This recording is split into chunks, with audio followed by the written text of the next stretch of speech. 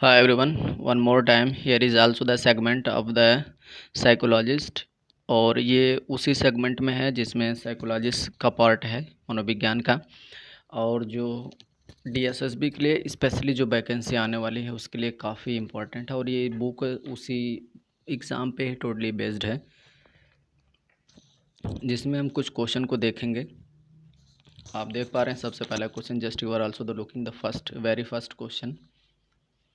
देखते हैं, इस्लामिक शिक्षा में प्राथमिक और माध्यमिक शिक्षा को कहा जाता था। तो बिल्कुल जो पहला प्राइमरी जो एजुकेशन होता था उसको हम मकतब कहते थे और जो हायर एजुकेशन के लिए जाना जाता था उसको मदरसा कहते थे। तो पहला ऑप्शन सही हो जाएगा, मकतब और मदरसा। इस्लामिक शिक्षा में गुरु शिष्य को क्रम से किस नाम से जाना जाता था? तो पीर और मुरीद के नाम से जाना जाता था।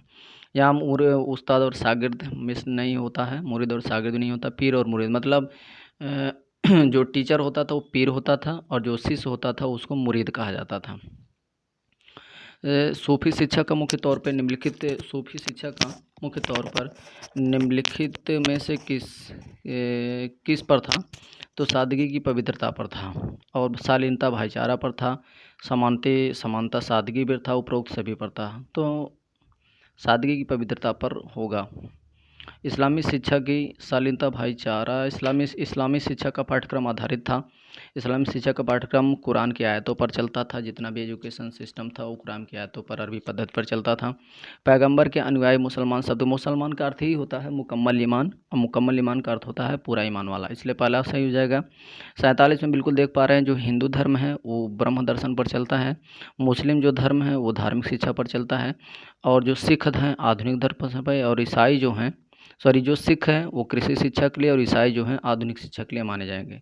तो इसमें जो क्वेश्चन सही हो जाएगा, ए का आपका 4 हो जाएगा, ए का 4 हो जाएगा, बी का 3 हो जाएगा। तो ये मेरे हिसाब से पहला सही हो जाना चाहिए, पहला सही हो जाएगा।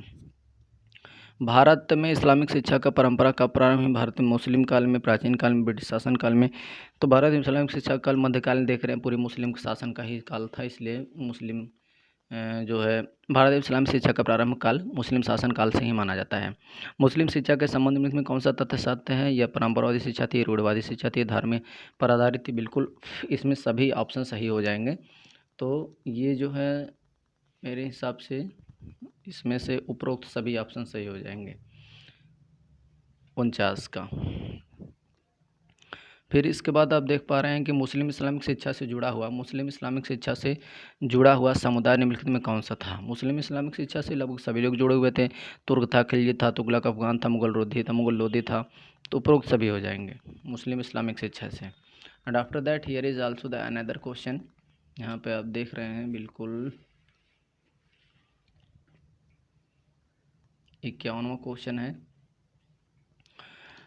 51 क्वेश्चन कह रहा है कि इस्लामिक शिक्षा प्रणाली में प्रमुख शिक्षा पद्धति क्या थी? इस्लामिक शिक्षा प्रणाली में एकदम रट करके ही सिखाया जाता था, पुस्तक को रटना, रोट लर्निंग कहे जाते थे। इस्लामवादी शिक्षा में मतलब इस तरीके से एजुकेशन थी कि just you are unable to get और लॉजिक, अपना लॉजिक आप नहीं लगा सकते थे, हूबहू जैसा डिक्टो रहता था उसी के हिसाब से याद करना रहता था। और इस्लामी शिक्षा परंपरा किन किन मूल्यों को आत्मसात करने के लिए पीछे रही है? तो शायद आधुनिकीकरण को, मानवीकरण को और उपरोक्त सभी को। तो इसमें उपरोक्त सभी हो जाएगा। निम्नलिखित में से किन सूफियों का निवास स्थान आश्रम कहा जाता था? तो खानका, इसको मैं कई बार डिस्कस कर चुका हूँ, खानका कहा जाता था। अकबर के महान गुरु का नाम शेख सलीम चिश्ती था, और जिनके नाम के अनुसार ही उसने अपने लड़के का नाम शेख सलीम रखा था, जो बाद में चल करके जो है जहांगीर के नाम से प्रसिद्ध हुए। सूफी गुरुकुल को किस नाम से जाना जाता था? सूफी गुरुकुल को सिलसिला के नाम से जाना जाता है, इम्पोर्टेंट है। और इसके बाद है पहला सुल्तान कुतुबुद्दीन ऐबक ने किसकी याद में, पहला सुल्तान कुतुबुद्दीन ऐबक ने किसकी याद में निम्नलिखित में से पहला सुल्तान गुरु का नाम निम्नलिखित में कौन सा है? तो गुरु के पहला सुल्तान कुतुबुद्दीन ऐबक के गुरु का नाम क्या था? बख्तियार काकी, और जिसकी याद में उसने कुतुब मीनार उन्होंने बनवाया था, जिसकी ऊंचाई जो है 72 मीटर या 99 या 96 गज है, इस तरीके से 96 गज होगी, और 1206 में उन्होंने बनवाया था। मध्यकाल में मुस्लिम स्त्रियों की शिक्षा कैसी थी? बहुत ही निम्न दशा थी मध्यकाल में, एकदम मतलब उनको पर्दा प्रथा में रखा जाता था, कहीं आने जाने से रोक था, और बहुत अच्छे तरीके से गरीब की महिलाएं पढ़ नहीं पाती थीं, और जो मान लीजिए राजघराने की महिलाएं होती थीं उनको अलग से उनके उस्ताद रहते थे, पढ़ाने जाया करते थे। तो बहुत ही निम्न स्तरीय थी, बहुत ही गिने चुने लोग ही पढ़ पाते थे। मुस्लिम काल में अध्यापक शिक्षण की व्यवस्था में प्राकृतिक निम्नलिखित में कौन से थे? तो अनौपचारिक थे।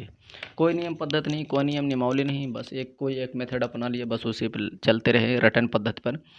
Rote learning. बालक के विकास के शिक्षा में सर्वाधिक सहायक होता है, बालक विकास के शिक्षा में सर्वाधिक सहायक होता है सर्वांगीण विकास में। अब ये 60 क्वेश्चन आप देख रहे हैं, इसमें मुझे खुद कन्फ्यूजन लग रहा है कि बालक के सर्वांगीण विकास के लिए क्या आवश्यक है। तो बालक के सर्वांगीण विकास के लिए ये कह रहे धार्मिक शिक्षा अब आवश्यक है, तो मुझे तो डाउट है, क्योंकि धार्मिक शिक्षा एक धर्म से संबंधित एक बहुत ही नैरो पॉइंट जोन आ जाएगा, नैरो पॉइंट के रूप में जाने लगेगा। तो मुझे just I am not believing on this question, लेकिन मैं आपसे खुद पूछ रहा हूँ, आप इसका क्वेश्चन जरूर कमेंट में दे सकते हैं। भारत में पाठ्यक्रम को किस जानकारी का अधिक उपयोग बनाया जा सकता है? तो भारतीय जानकारी, स्थानिक जानकारी केवल स्थानीय मिलेगी। भारतीय इतिहास की जानकारी जो है, भारत में पाठ्यक्रम को किसकी जानकारी से अधिक उपयोगी बनाया जा सकता है? ये इंपॉर्टेंट क्वेश्चन है, लॉजिकली क्वेश्चन है। स्थानीय जानकारी मतलब एक ऐसी जानकारी जो स्थानीय, केवल हमको लोकल के बारे में पता चलेगा। भारत का इतिहास केवल भारत के बारे में पता चलेगा, भारतीय भूगोल के बारे में। लेकिन भारतीय सांस्कृतिक एक ऐसा सब्जेक्ट है जिसमें लगभग सभी विषय आ जाते हैं। उसमें एक स्थानीय संस्कृति कल्चर भी आ जाता है, उसमें एक भौगोलिक स्थिति के बारे में भी जान सकते हैं, और इतिहास और संस्कृति कला के बारे में भी जान सकते हैं। So in this way as I have also the discussed, और फिर हम आगे डिस्कस करते हैं नेक्स्ट अनदर क्वेश्चन।